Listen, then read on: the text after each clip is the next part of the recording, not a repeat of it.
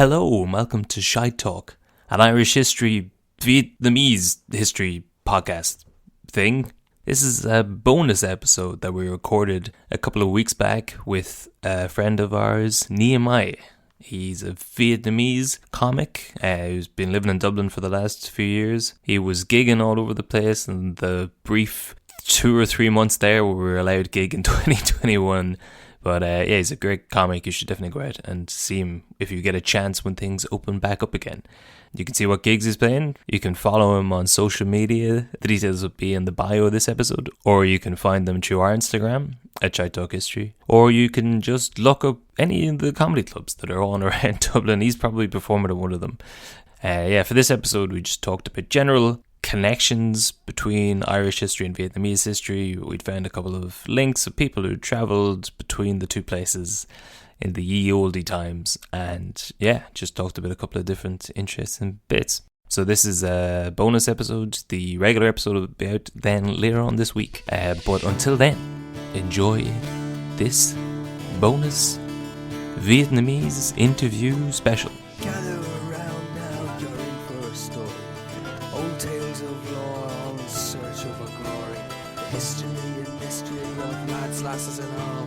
Discoveries and voyages, the rise and the fall. Follow me now as we go back in time.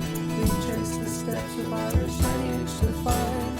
Joseph from Carlisle and Gavin and Dawn guide you through the ways of Shy. So, well, we were just talking before we started recording about, well, do you want to introduce yourself?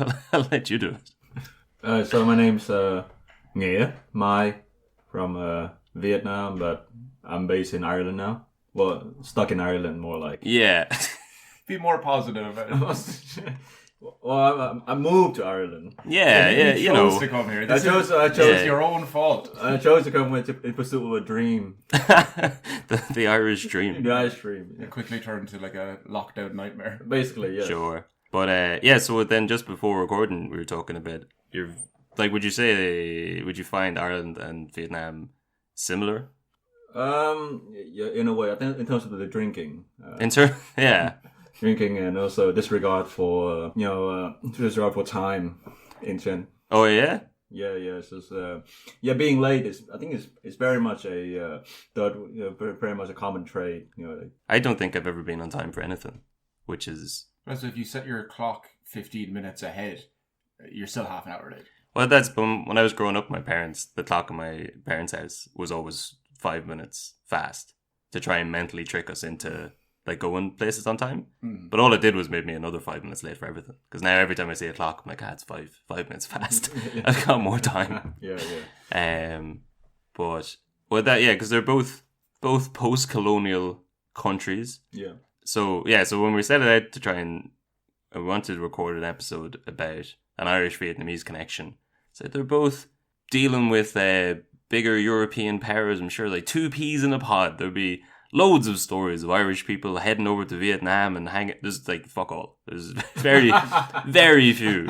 And now all the people that I found that went, most of the stuff that came up was just Irish people fighting in the Vietnam War. Yeah. But well, maybe that's too much to unpack. Which is the best side of the Vietnam War? Yeah, no, I think even like I try to, even as a historian myself, I try to stay away from the Vietnam War because it's too ingrained in public consciousness on both sides of the Atlantic anyway. Yeah.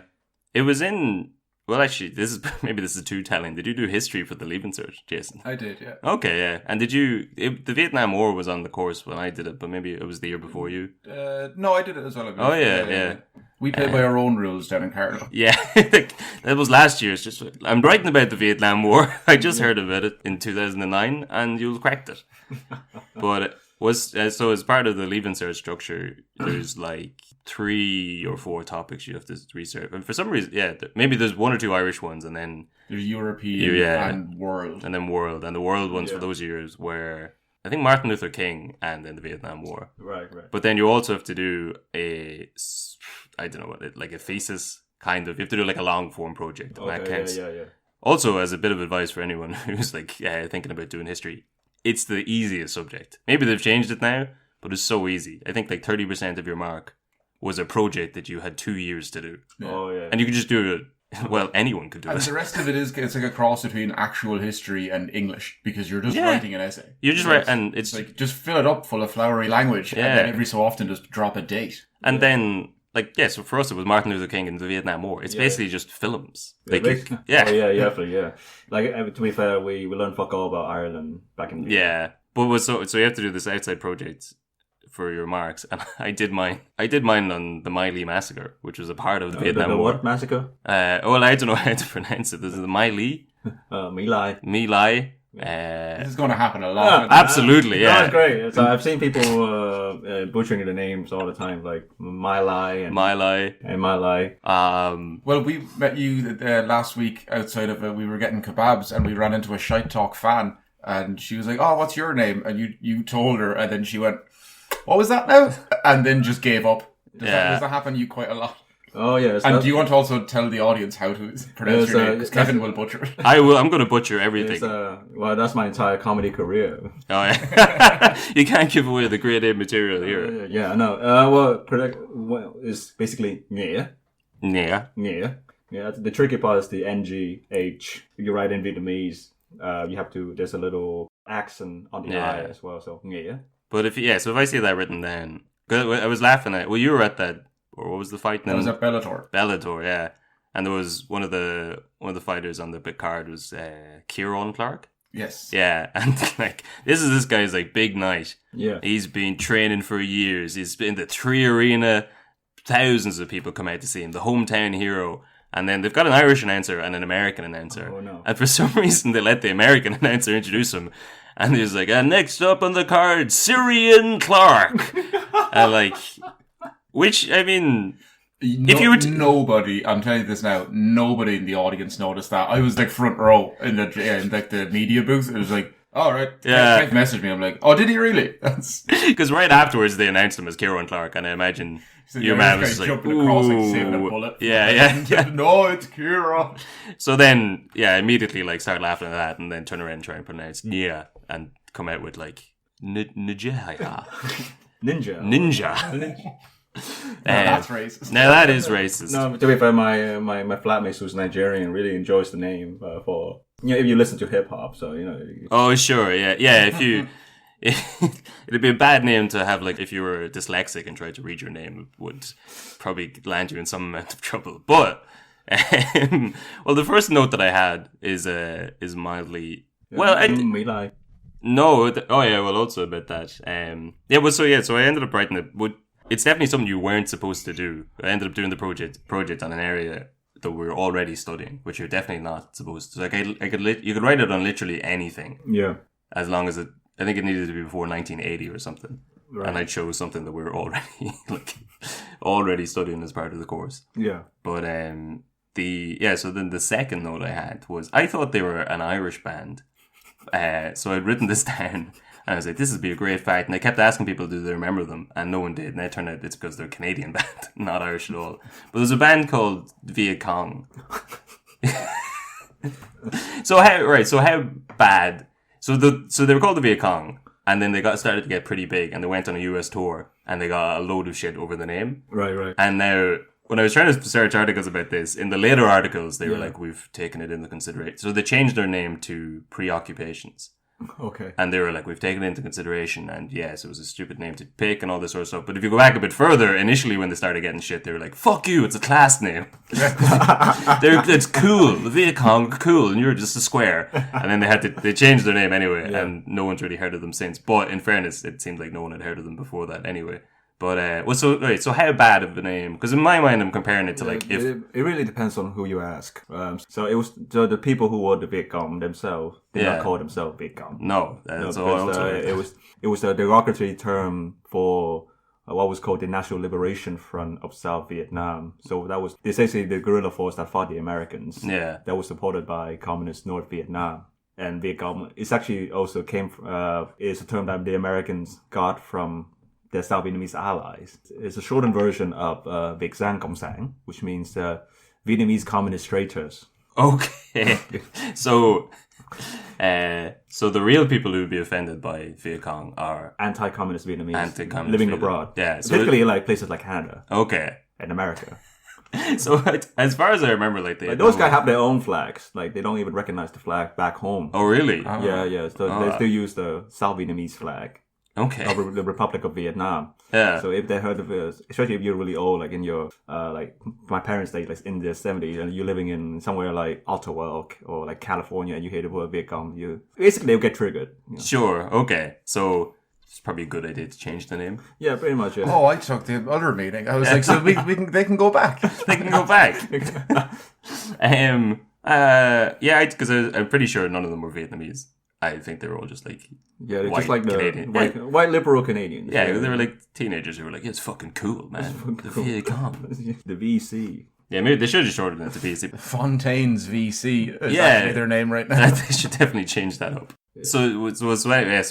When we were looking for Irish Vietnam connection, one of the main things that came up in sort of recent times was These two guys are right here. Yeah, exactly. So most of what came up was like people offering tours to Vietnam, and then so one of the main troubles, first of all, to find anything is that Vietnam has gone through several different names. Yeah. In its time, I'm not going to try and pronounce any of them though. So Okay. Dai Viet. Dai Viet, which means Great Viet, Yeah, which is true. of course. Yeah. So Viet is the people, but then also what's the other term? Enemies. An Nam, which is And yeah. An Nam, which means pacified itself. So it was used by Imperial China to refer to Vietnam because they did not recognize the name Dai Viet. Dai Viet was only used internally because otherwise that would be offensive towards Imperial China, which also considered themselves great. Yeah. Well, then, in terms of offensive terms, what about Indochina? Indochina, it's not really because it's more of a geographical term. Yeah, it's like the British Isles, is it? Yeah, so like because Indochina, it refers so that you dissect the name so it's basically it's a general umbrella term referring to country that are snug conveniently between the two great Asian civilizations. of India and China, and they will and those two influence those places culturally. So it's like Laos, Thailand, Cambodia, Vietnam, even in some cases Myanmar. Okay. So basically, but then Laos, Cambodia, Thailand, they're pretty much quite Indianized. Yeah. Whereas Vietnam would be more Indie, so was referred to as the Sinosphere. Okay. So similar to maybe the likes of Japan and Korea. Yeah. Well, this is going back to more great pronunciations, but my Canadian cousin, he was over. He thought that leash was pronounced Lao, which, in fairness, if you had to take a stab at like Laois. Yeah. Because what Lao is Laos, is it? Yeah. Yeah. But yeah. Also, how is that country pronounced? Because I was calling it Lao while I was there, and then once I left, everyone else in other countries who've never been were like, "You mean Laos?" Laos. Well, because like the name Laos came under the French, and in French the S is silence, so it's Lao. So Lao is technically correct, and Laos is just to say in English. Bastardization. Yeah. I'm just trying to make myself feel better. Listeners, I was right for once. I was very drunk last week when I was like researching all this stuff, and I was out with my Laotian friend, and I just started ranting at her about like Indochina and all this stuff, and then she started telling me that I never knew this, but her parents were like Laotian refugees in France. Oh yeah. So she started telling me an actual interesting life story, and I was like, they called it Indochina. Well, it covers Lao and. Yeah. And I'd spent like all day trying to find an interesting story, and here was a woman telling me an interesting story, albeit about France. And I was just like, "Do you ever see the film Un Prophète? It's about race relations between French and French Arabs." It's like imagine you being. Just put on a French accent and just sound like a veteran, like a French veteran. Yeah. Yeah, I remember when I was stationed in Indochina. Yes. I remember when they used to call it Siam. But yeah, so we were looking for the connection. But so in 1979 or 1970s anyway, a lot of Vietnamese refugees, well, not even a lot. Well, it was like 300 or 200 something. Yeah, came to Dublin, and they were referred to in all the media at the time as the boat people. Yeah. which I think you just said that's not an offensive term. No offense though, because like there were boat people. There were people on a boat. Like I said, there was one massive refugee crisis from Yeah. Indochina, like Laos, Cambodia, and Vietnam, and all scattered all over. Some of them went to France, some of them went to Australia, New Zealand. Some of them got stuck here. Got stuck, basically. Yeah, and because a lot of them they were based in this bunch of refugee camps in the Pacific. Yeah. And then they will be dispatched everywhere. Well, of course, a lot of them originally they traveled in like makeshift boats, and they will be like get attacked by pirates and that kind of stuff. Sure. Like so horrendous journeys, and they'll be rescued by humanitarian boats along the way. But it seemed funny to me that like the term boat people maybe is not offensive, but it seems like dated. But it's also like Ireland is we've got like the biggest diaspora in the world.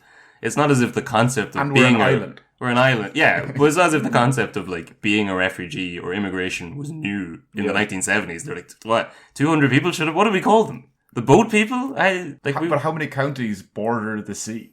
Yeah. A lot of our industry was boats. we all banging on about the fishing the whole time to the sea. The original boat people. Maybe we were just excited that more people from boats were coming over.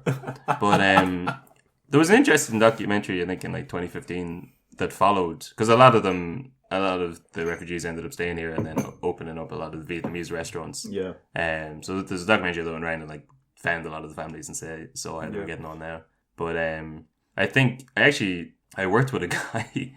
Well, I lived with a guy whose grandfather, I think, was a Vietnamese refugee, and he left Vietnam and I think was a refugee in England and then got moved to Northern Ireland. Oh, okay. But he moved to Northern Ireland in the 1980s. So Okay, that's fun. Yeah, but escaping Vietnam, be like, finally, that's behind me now. And then moved to like Belfast at the height of the Troubles. It's like, class. It's New Year's all over again. Yeah, I remember but he was saying that because he was Vietnamese and he was like, oh yeah, but he had like a thick Lurgan accent. He's like, why did you? How did this happen to your family? Well, so to go back to the first point, then I thought there would be a much bigger connection. Yeah. With the war side of it, I would have thought that at least like the Vietnam War or the American War, as it's probably known as. Oh yeah, is there a name for it in Vietnam? I think the full name is like the Resistance War against the American imperialists, something like that. It's not too snappy. No, it's not that catchy. Oh, it's just the American War is fine. Yeah. Yeah, because I think war is not a new concept to Vietnam anyway. So yeah, sure. Well, yeah, 'cause when I was there, like when I was looking pretty much all the different war museums in Hanoi and Saigon, as I would go around, you realize that we only consider Vietnam in terms of like the American War. Yeah. And you realize that your people have been pretty much fighting since the get go. Was it 4,000 years at least? Yeah. So it's just this couple of years that the Western people care about. You're like, that's not that important, really. Make a movie about, the 1700 French invasion, then we'll know about it. If you can get scenes of helicopters with all along the watchtower playing, then it'll be... Do we have rights to the Doors? Yeah, I don't know what band will be associated with that period, but... There'll be a band called Coke in China or something. Yeah, and then everyone will get annoyed about how it's racist, and they'll be like, we'll change our name to the Viet Cong. But, is it Coke in China? Coke in China, the name, that name refers to the southern half of the country. Okay.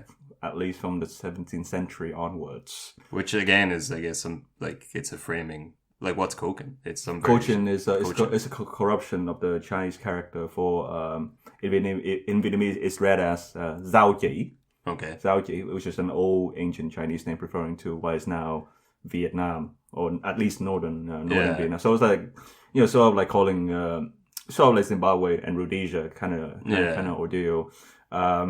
So it was pronounced as Cochin by Westerners, but the problem was that there's already a place called Cochin in Malaysia, right? So they thought, well, this place kind of looks like China, Cochin.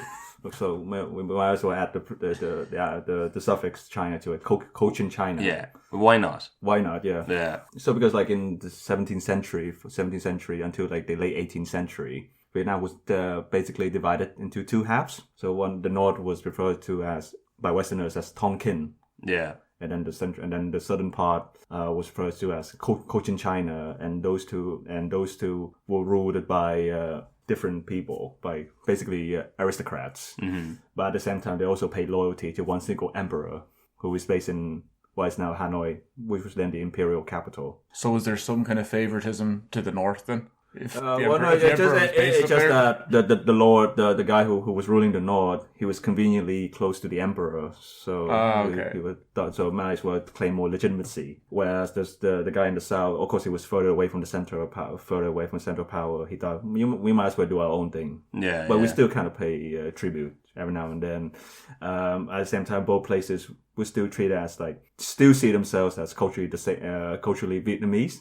Okay. And also the name Dai Viet was still preferred by both sides. But in reality, Vietnam was already divided into two halves, and both places had their own dealings with Europeans and other places. So it's kind of like Ireland and England, that we're not part of them anymore until one of them are getting married. Someone in the royal family's getting married. Okay, we'll pay some homage. Yeah. Not really understand why, but something to do. Yeah, but it was so. I thought there'd be at least some stories of Irish people fighting on the North Vietnamese side or the communist side. Yeah. Did you find anything? Well, not really. I mean, there will be meetings, international meetings, where the Irish Communist Party of Ireland happen to be there. They might shake hands with all the delegation. Oh, yeah. Hey, how are you gonna? You don't like imperialists? We don't like imperialists. Because I remember there was a newspaper article about a conference in Cuba. And you had the Workers' Party of Vietnam attending, and then you have a bunch of other revolutionary and communist parties from different parts of the world, including Ireland. And basically, they all agree on the same thing. Yeah, fuck the imperialists. And it worked out very successfully for all of them. Yeah. What those early days of James Connolly and around the early 1920s, people seem to be getting a lot of ideas from Irish communism. Yeah. Which I guess didn't work out in the long run. But as opposed to the other communisms that did. Yeah, exactly. All the successful communist states that there are out there. But people seem to have a bit of reverence for Connolly, and I guess maybe for a time it seemed like Ireland would become a communist or socialist state. But so all the Vietnamese or American war connections, it's all Irish Americans fighting on the other side. Yeah. I found a story about the guy. I think he was second or third generation Irish, but he was the smallest soldier in the American army. Yeah. That was his claim to fame. Did you find that guy? Well, because there used to be this unit called the Tunnel Rats. Oh, yeah. Yeah. So in Vietnam, the Cu Chi tunnels. The Cu Chi tunnel, yeah. Cu Chi. I definitely mispronounced that. No, it's definitely Coochie. No, or Kochi. Yeah. I pronounce things phonetically. Yeah. Because I've been into those tunnels, and I'm not a big man. I don't think I'm Ireland's smallest, but I'm probably not too far off. Yeah. And I was there it was the wet season, so it's pretty humid anyway.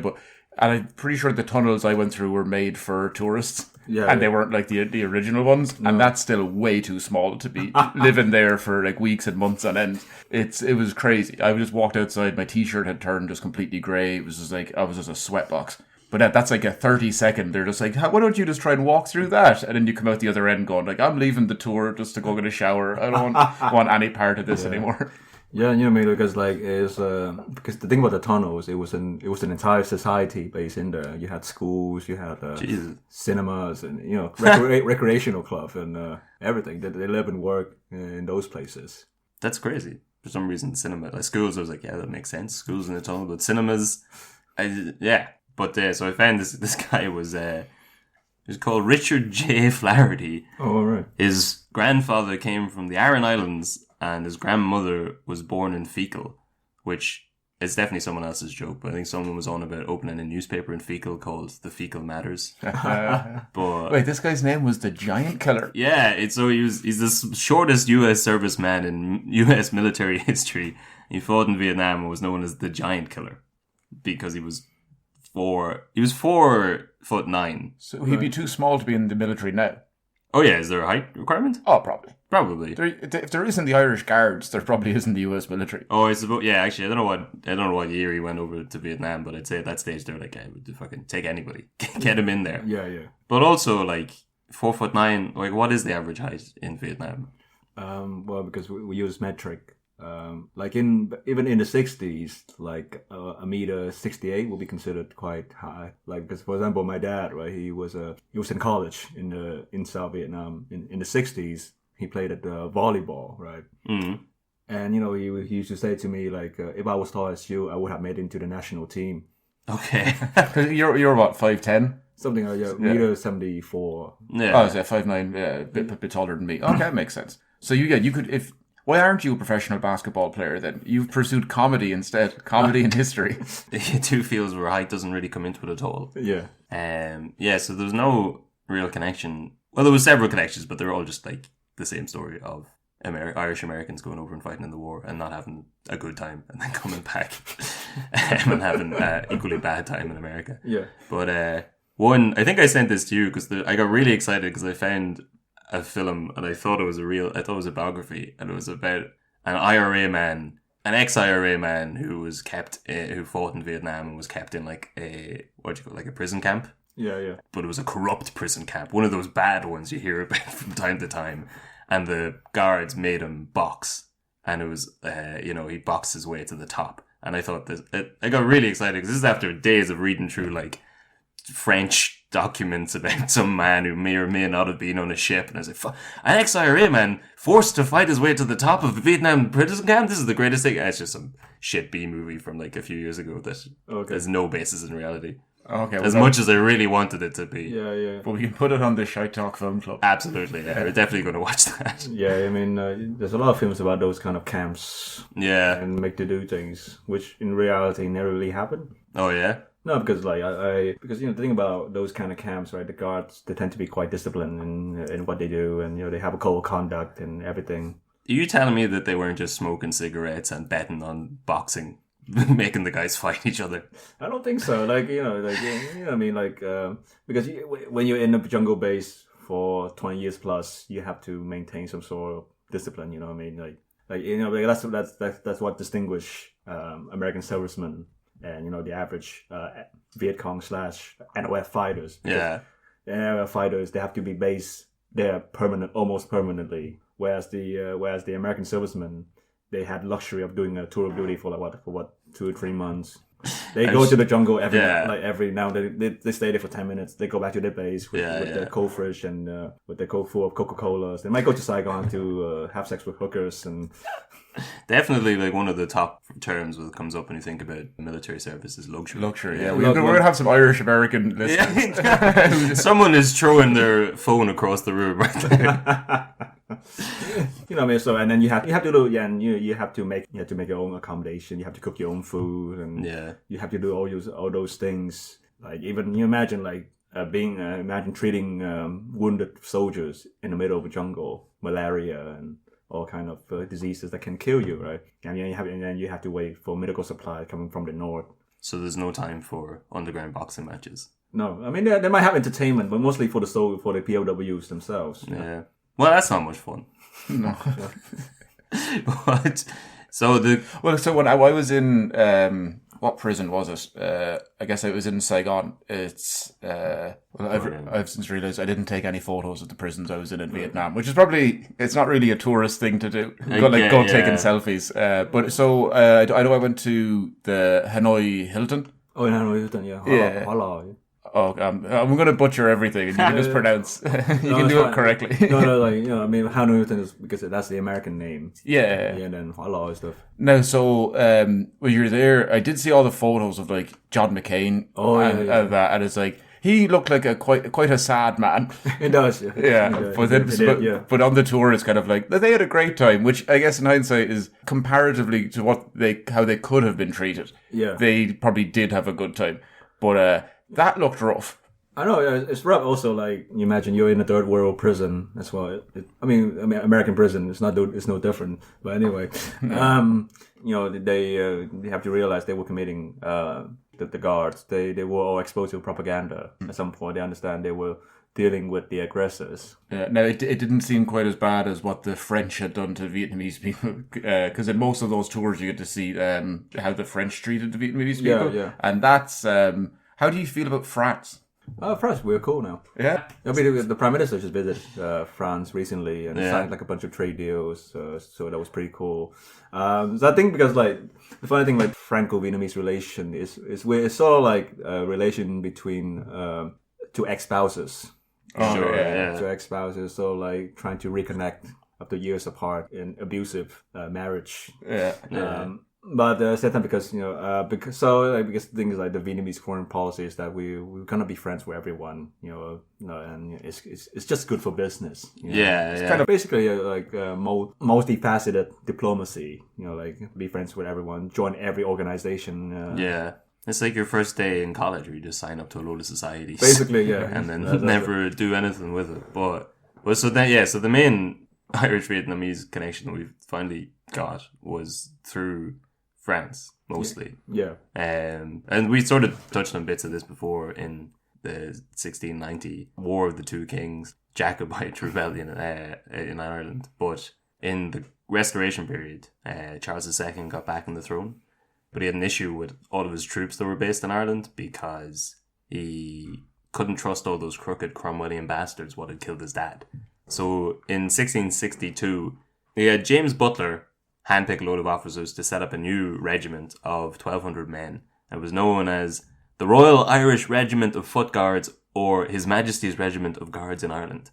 And they were like his go-to men on the scene. And then when his son, James II, when Catholic James got onto the throne and Richard Talbot was starting to reform Ireland. So initially for the first 20 years that forces was mostly Protestant. Richard Talbot got in charge and started putting Catholics in, getting a couple of good jobs for the boys. Then when William invaded and people started picking sides, the initial leader of that group sided with William. So he was kicked out and another man called William Darrington took it over. Okay. So it was known as Darrington's regiment then. The war didn't go so well and we covered all this in previous episodes, but eventually they signed a treaty in Limerick where they give up, and it's known as the Flight of the Wild Geese, where a lot of the Irish soldiers were allowed to leave to go and fight another day, and most of them joined King Louis and went to France. Okay. So this regiment stuck together as Darrington's regiment, and there was a man called Philip Walsh who was from Waterford, and you're laughing at how I'm saying that again. Pronounce it again. You're going to get so many things wrong on this episode. At least with the Irish place names, you can get those ones right. Do you want to have a better go of it? You say it. How do you say it? Waterford. I don't know. So this guy Philip Walsh from wherever the fuck he was from, doesn't matter. He was the guy who ferried James II out of Ireland after he was defeated, brought him back to France. So that was the start of a nice union connection between the Walshes and the Stuarts, as his son Antoine Walsh would later help the young Pretender, James's son, try and start another Jacobite rebellion in Scotland. And he was able to fund that due to his massive slave trading. So young Philip Walsh, his son Antoine Walsh, born in France, they lived in Nantes. Nantes. Yeah. Big in the slave trade. Oh, very good. Made a whole load of money. Selling people that he'd kidnapped. Selling people promises? No, just selling people. People. Selling the people. Yeah, so there's a good Irish man doing work in France. So Anton Walsh got big in the slave trade. Big enough that Is that why you made a specific point of saying he was born in France? No. We're just just distance ourselves from this guy. If he'd been born in Waterford, he certainly wouldn't have traded any slaves. It was the French corruption. I don't know. It's funny, like people say that Ireland never did nothing wrong. We were never colonizers. Given half a chance, we would have done the same as every other European country. Yeah. Like a lot of the Jacobite people who ended up in Nantes were like, what do we do now? The way you say that word, Nonce. It's just as a country we didn't do it, but individuals definitely left. Oh yeah, the second they weren't held back by this this nation, they went and they made it big abroad. But so Antoine made it big enough that in 1749, with the help of his brother, between him and his brother Francois Jacques Walsh, they went and bought. So I'm not really sure how this works, but they found the last surviving descendant of de Botru family and then bought the lordship off of them. So they were some noble family, and there was like obviously one guy left. Yeah. So they bought that off him and became... Is that like a liquor license where there's only a certain amount in the country? Yeah, you have to wait till someone got... But like, that must be a real kick in the teeth to be like 60-year-old man, no wife, no kids, and like two slave trading, half Irish, half French Jackeens show up and like, listen, man, it's not going to happen for you. Yeah. It's you had your chance. You've been a noble family in France for whatever many of centuries. We're just going to bite that off you now. Which is like, that must be the equivalent of like tech. That's like real new money. Yeah. They got their money in the slave trade. It's like Bitcoin of the day. They've come in with their fast cash to buy your family name off you. But so then they changed the name to, so they got the lordship of Chateau de Surratt. So they changed the name to like Walsh Surratt. So that's Antoine was now Walsh Surratt, and then his nephew went on to found the Irish Brigade in King Louis's French regiment. So to go back to 1690 when the Wild Geese all came over to France, King Louis set up an Irish regiment specifically for them, which at the time was called Dillon's Regiment. But by 1770, Antoine Walsh de Chateau, his nephew, who I think was also called Antoine, he took over the regiment and it became known as Walsh's Regiment. He was Antoine and Antu.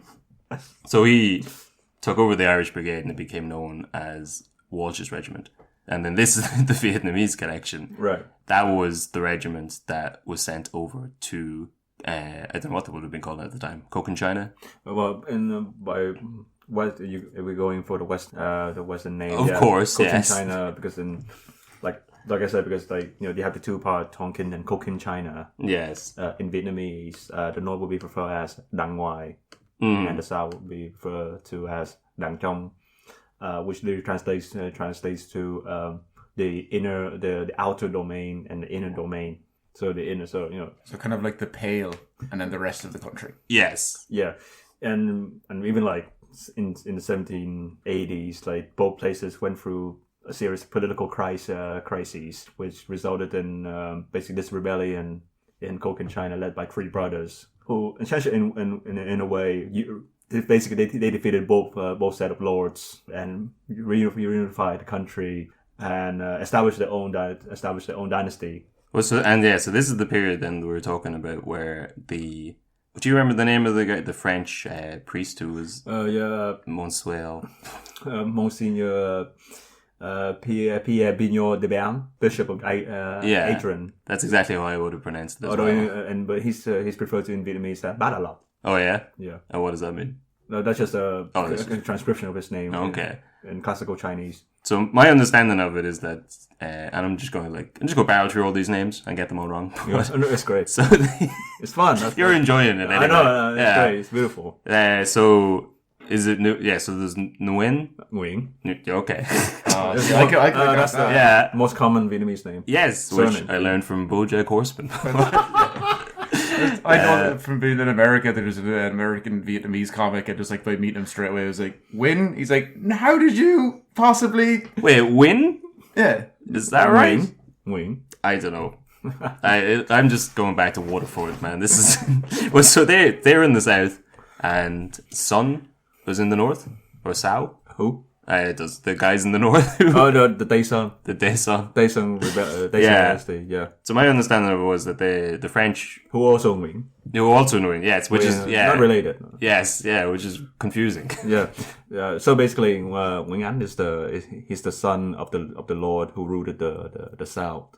Basically, he was defeated and he went to exile. Okay. Basically, he restarted from zero. Like, he almost had no chance of coming back into power. Yeah. Whatsoever, which makes it more amazing. So the Daesun dynasty established themselves. So powers were divided between the three brothers. Yeah. They also fought a war against Qing China, which they won. They also fought a war against Siam.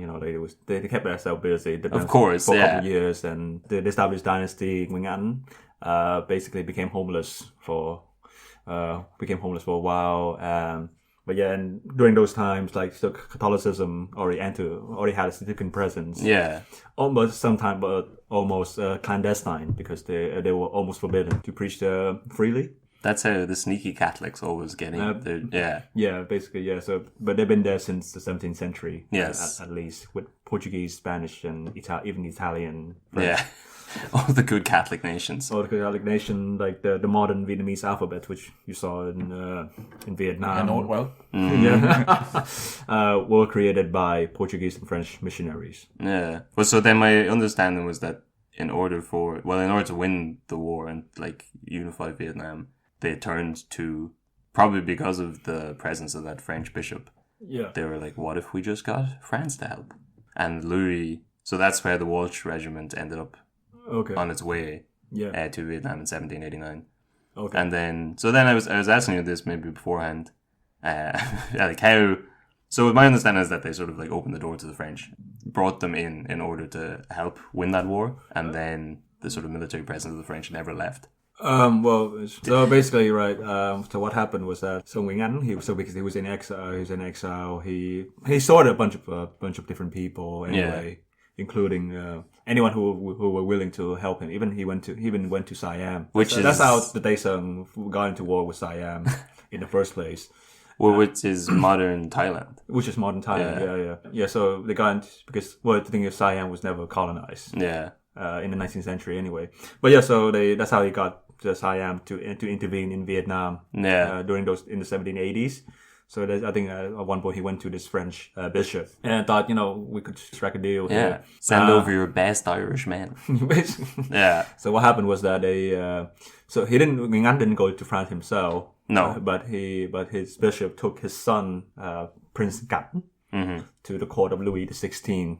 And so this Vietnamese prince spent some time there in pre-revolutionary France. Even got his portrait painted. Oh yeah.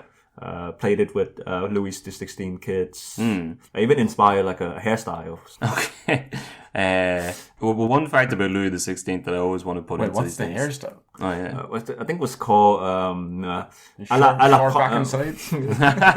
Well, he was wearing like a Vietnamese turban, like headdress or something like that. Okay. But it was something called à la France Concours Chinois. Okay. Well, it's an audio format, but I think we should probably look at a photo of that later on. Yeah. But yeah, so during those time, the bishop, de Béang, struck a deal with Versailles. Yes, I think it's another Treaty of Versailles, but there's too many of them to keep track of. Yeah. Yeah, basically allowing French official assistance to Nguyen Anh's cause. Yeah. As well, offering some concession, like trading concession. Yeah, particularly in what is now Da Nang. Yeah. Well, so Walsh's regiment was then sent over. Yeah. But then, you said it there, the pre-revolutionary times. That's why I think they made it as far as modern day Mauritius, right? Which they called Ile-de-France at the time, which is such a stupid name for anything. It doesn't look like France, but so they were on the way there, and I think they got a message by the time they got to Ile-de-France to forget helping out the dynasty. Go back to France and help fight the revolution there. Yeah. And then I think that regiment ended up going over and fighting. And so the French Revolution started in 1789. Yeah, so it was that same year. So they got turned around, and then they ended up going and fighting in the American Revolution. Right. I guess on the French side. But it was not so bad from an old slave trader from Waterford. He made it big in the end. Irish boy does bad. Does bad, yeah. I think actually after 1791 they got rid of the Irish regiment and just all folded into the French army. Yeah. But so I think some of them had made it over as far as Cochinchina. Yeah, but basically the bishop he had to seek other sources of help. Yeah. So I think there were other French officials who did not like the revolutions. So basically they went along with the bishop. And so basically, and Nguyen Anh forces were very diverse anyway. Yeah. So you had Vietnamese, you had Chinese pirates, you had Siamese people, Cambodians, you had Englishmen, you had Frenchmen, Portuguese, Spanish people. I think we were reading the same sources. Yeah, it does seem like he just sort of got everyone in from all across the world. Yeah, it's pretty much like the Expendables. Sure, yeah. A ragtag team. Yeah, and then, which I guess didn't really work out for them afterwards then. Because I find that so funny that, like, Vietnam, so during World War II, it was occupied by Japan. Yeah. And then World War II, we won, Big up. Yeah. Hooray for the Allies. Yeah. And Japan leaves Vietnam. Yeah. And, everyone's just after spending whatever the good part of a decade fighting over, like, trying to stop Germany colonizing other places. France is being occupied. They know the pain of being under the boot. And then as soon as everything's set back together, Vietnam's like, well, the Japanese are gone, the French have been kicked out. What if we just run this thing ourselves? And the French like say fuck no and try and... So I think the French go in initially and try and retake Vietnam, but they're too weak because they've just been... Well, because, so funny enough, like, the Japanese continued to stay there until at least 1946. Oh, really? Yeah. So what happened was that, because in 1940, so around 45 when Japan officially surrendered, and on that day, Ho Chi Minh, Vietnam premier revolutionary, declared independence from France. But the problem was that his Declaration of Independence, which quoted both the French and the American one, were not heard by the Allies. The Allies, they had their own plan. Where basically they were going to partition Vietnam again into two halves. And each of them will be occupied by a different Allied force. Yeah. So the North was occupied by nationalist Chinese, the Kuomintang, and then the Southern half will be occupied by British, with some Japanese thrown in as well to offer security. It's so so they were quoting the American and the French declarations. I don't know why that's so funny to me. That's so fucked. And they're all getting around together to talk about how, like, we should, stop.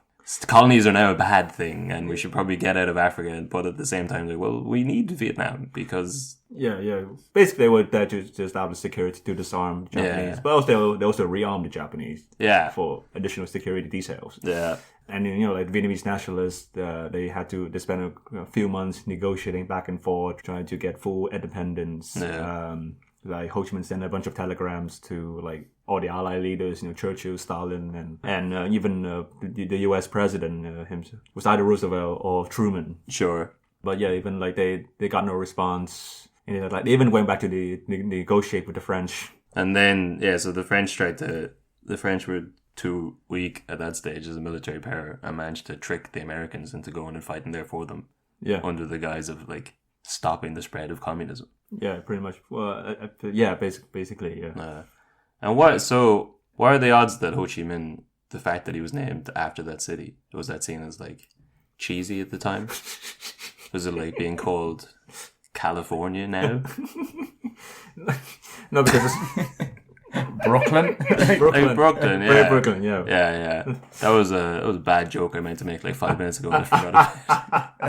What was Ho Chi Minh City at the time was Saigon. Yeah. Saigon, yeah. Was that another old name for Vietnam or Saigon? Saigon was an old name for... Well, Saigon was... that's just a city. Yeah. City. And the beer. And the beer. I was a big fan. Saigon beer, yeah. Great. So, 333. Okay. Yeah, free.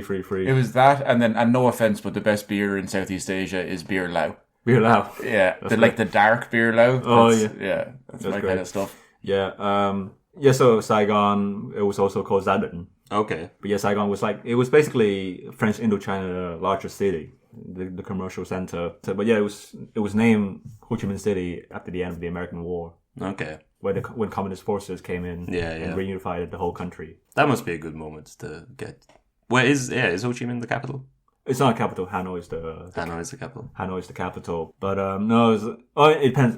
A good moment depends on who you ask as well. Yeah, that's true. Again. But again, a city named after you. If you ask someone from Cork, what's the capital of Ireland? Yeah, fair enough. Yeah, and also he died before the city. They renamed it the city after him. Oh, yeah, but it wasn't. He put it in his will. I'm only going to ask one thing. I've only got one request. It's a small little thing. Even like his will didn't say that. It was more like So win the war. Also, no tax for a year or something like that. Don't build a massive mausoleum in my name. Yeah, and put my body there. Like no tax for a year. No agricultural tax for a year or something like that. Yeah, because famously, like post-war countries are minted. That's the governments do. Like, we don't need money. You keep it. Hang on to it. Yeah. So nothing about renaming an entire city after me. Yeah, that'd definitely be my way. If I was a revolutionary leader, I'd have them renamed Dundalk. Fun dog.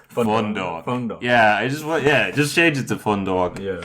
With this, I suppose it's not Viet. I think maybe he was from Singapore. He was from Sri Lanka or from Singapore. There's some mega rich billionaire from over there who wanted to buy a plot of land outside of Dundalk and start a new city All right. called it was called something extremely stupid, like Mega City or Like something. Metropolis. Yeah, something like that. Gotham.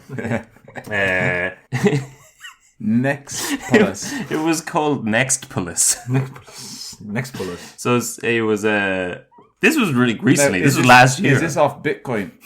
No, Because I know that they're doing that. They're in another city in Nevada, where Las Vegas is. That they're building a new city that some guy's sinking 500 billion in. That they're just going to build a new city, and it's like working for Google. They're going to track everything. I don't want to ever live there. Yeah. But I know that this is the new thing. We're going to have cities like this pretty soon. Well, it was a Chinese billionaire who wanted to. I don't know how far it got on. Like, he met with government officials, apparently, but that might have just been some lad in a bar who was like, yeah, I work for the government. Do you want a bit of Drogheda? No problem. And so they wanted to buy a plot of land, and it would be. Are you sure this wasn't a film? Was this The Foreigner? Jackie Chan? This was all last year. They were they were going to start a new city called Nextpolis, which does, or how would you even NEXT It POLIS? was Nextopolis. Yeah, Nextopolis, or I mean, it makes sense to have some sort of Irish name, sure, or a Chinese or Mandarin name. Nextopolis is nothing, Nextford. but it's Nextpolis, Necpolis. which doesn't roll off the tongue No. and doesn't mean anything. And not a fodder in there to be seen. No, you think they'd throw and an X, which is worse again.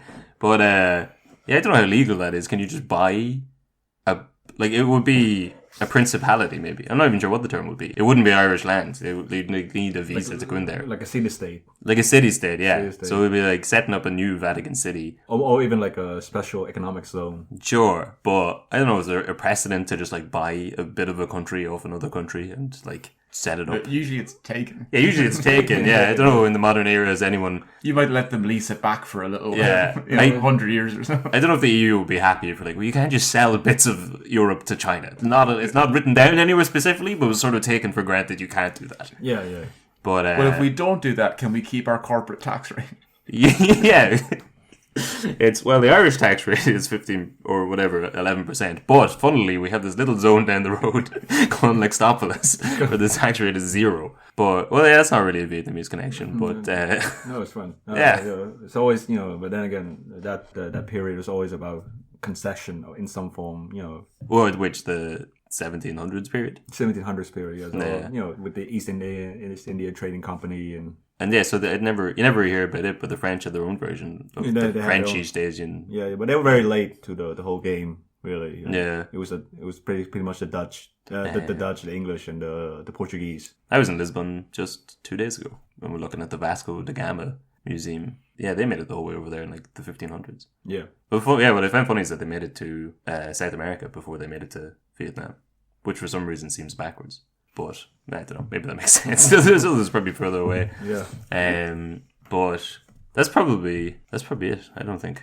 Well, let's There's talk any other- about how many Irish people did you meet in Vietnam before you moved here? Oh, quite a few. And what was your overall opinion of them? Because I'm going to guess that it's either backpackers or English teachers. Oh, they're grand. Well, I mean, it's actually a wide range of career choices. So one of them was basically my university counselor, who's actually from Cork.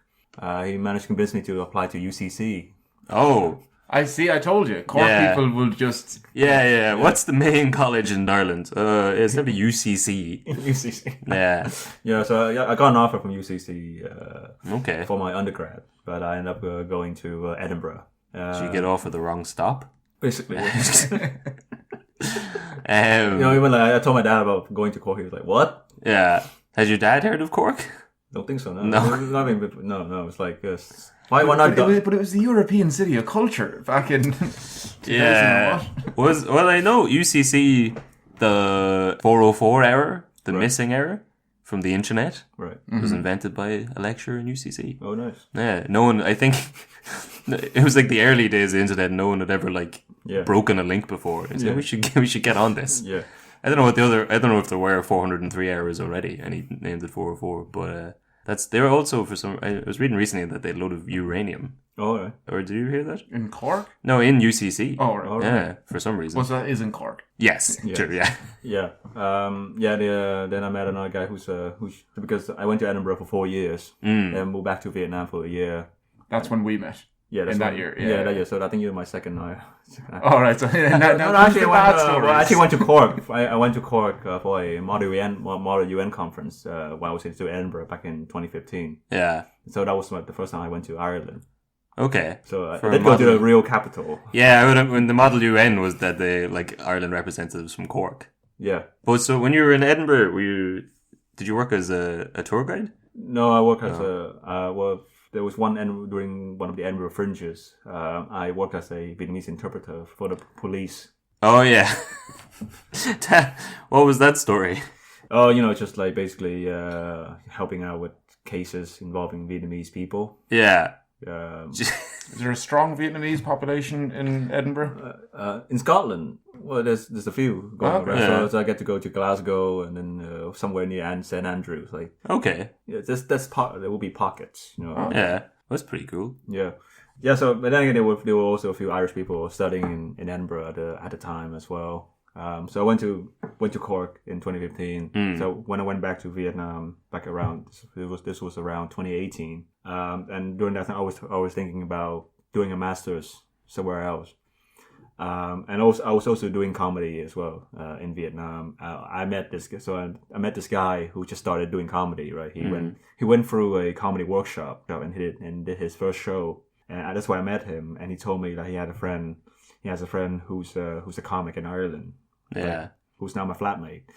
Okay. All right, Eamon. that's him. Yeah. Yeah. Who's now my flatmate. Yeah. And then after that, I met another Irishman who's a friend of a friend, Vietnamese friend actually, who was working as basically a football coach Okay. for one of the new football academies owned by this former superstar Okay. who was coaching at the school I was working at in Vietnam. He was definitely lying Yeah. about his credentials. The biggest football star. Well, there's probably a pretty hefty GAA scene in Vietnam at this stage. Yeah, there's a couple of teams. Yeah. And they play around in the Southeast Asian circuit. Okay. But did you meet? Was he based in Hanoi? Aidan Killian. Yeah. No, he was in Singapore. He was in. Oh, was he in Singapore? He was in Singapore. Well, he owned basically the only full-time comedy club in Singapore at the time. Right. The Merry Lion, which now closed. Yeah. But he would go around. Southeast Asia. Like he would book acts who did the Edinburgh Fringe, like really big acts. Like, Yeah. They go do like big shows in like Vietnam, Thailand, and Malaysia. Because like usually like in resorts, like hotel. Mm-hmm. I only know him through over lockdown. I had to stop reading his stuff, but like I got really obsessed with he put up these massive posts about like how initially it was how COVID wasn't real, and then he got COVID. He was pretty fucked. He was like, and then at the end of it, he was like, "Oh, that's not too bad," ignoring the fact that he's like a healthy 30-year-old man and was still floored by it. I doubt he's 30. No, yeah, he's probably a bit, Yeah. But he made I don't know what the fuck you call it. He made like a documentary about him getting back into Ireland without a COVID cert. Oh. Did you see that? No. Oh yes, oh yeah. You see That's it? my evening. Yeah. It's so bad. It's just like documentary is not the right term. It's just him, recording himself being abusive to staff, and like you just walk into an airport and be like, "And what are you trying to?" When these idiots like use sort of big terms because they think they like find a legal loophole. So like, you're trying to detain me from returning to my abode, my national birthplace. Yeah. Have you read the Constitution? And it's just like some flight attendant in France. It's like, no, you can't get on the plane. I don't give a shit. Yeah. But then, so he makes it back in. So in the documentary at the end of it, he's back in Ireland. But he doesn't say how he did it. And you have to pay to find out. Oh. Which- and you paid. I will after this. We'll watch it tonight. Which, I mean, that's basically the Patreon model. Fair play to it. But I did think it was like this whole thing was like how he might have just got a flight. I mean, like because we moved back to Ireland around the same time I moved to Ireland. Oh, did he? Yeah, he was gonna because he was already running a club here with at Anshaw. Oh, yeah. Anshaw Comedy Oh, Club. really? It's pronounced Anshaw. Yeah. Take that. It's 100 to 1 now. And so he was running in the club. So I thought he was going to shut up. So he was going to move here and set up shop again. Yeah. While also running shows in Southeast Asia, running shows in Vietnam and those places. Because I first met him in Singapore. Yeah. I went there for like a week or something, doing some shows, and we met again in Ireland. He invited me to his mum's house in Dalkey. Oh. Yeah, for wine and cheese. Right. That's very nice. That's very nice. Yeah, Also, yeah. he set me up with a good few gigs when I was travelling around as well. So. Yeah, Yeah. definitely, yeah. He seems like a very nice man who's also a nut job. Basically, yeah. Well, I mean, yeah. So Well, and you then, run a podcast with one of those. Yeah, but you're only half as abusive to French flight services as he was. yeah, but basically, yeah. So he thought he was going to set up shop here. He was going to run some big shows. Yeah. Just before the pandemic, like. He was bringing over like Richard Lee Hunter and a bunch of other people. But then the first lockdown hit. Yeah. And I think from that point on he descended into madness. Fair. Yeah. That's pretty much So do you want to plug anything? Well, just follow me on social media in general, like Facebook, Instagram, Twitter at NMAI comedy. Yeah, perfect. So we'll link you in all the promo stuff for this episode. But yeah, have you got anything to plug? No, I don't. Good. I'm just all right. Goodbye. Good luck after. See you.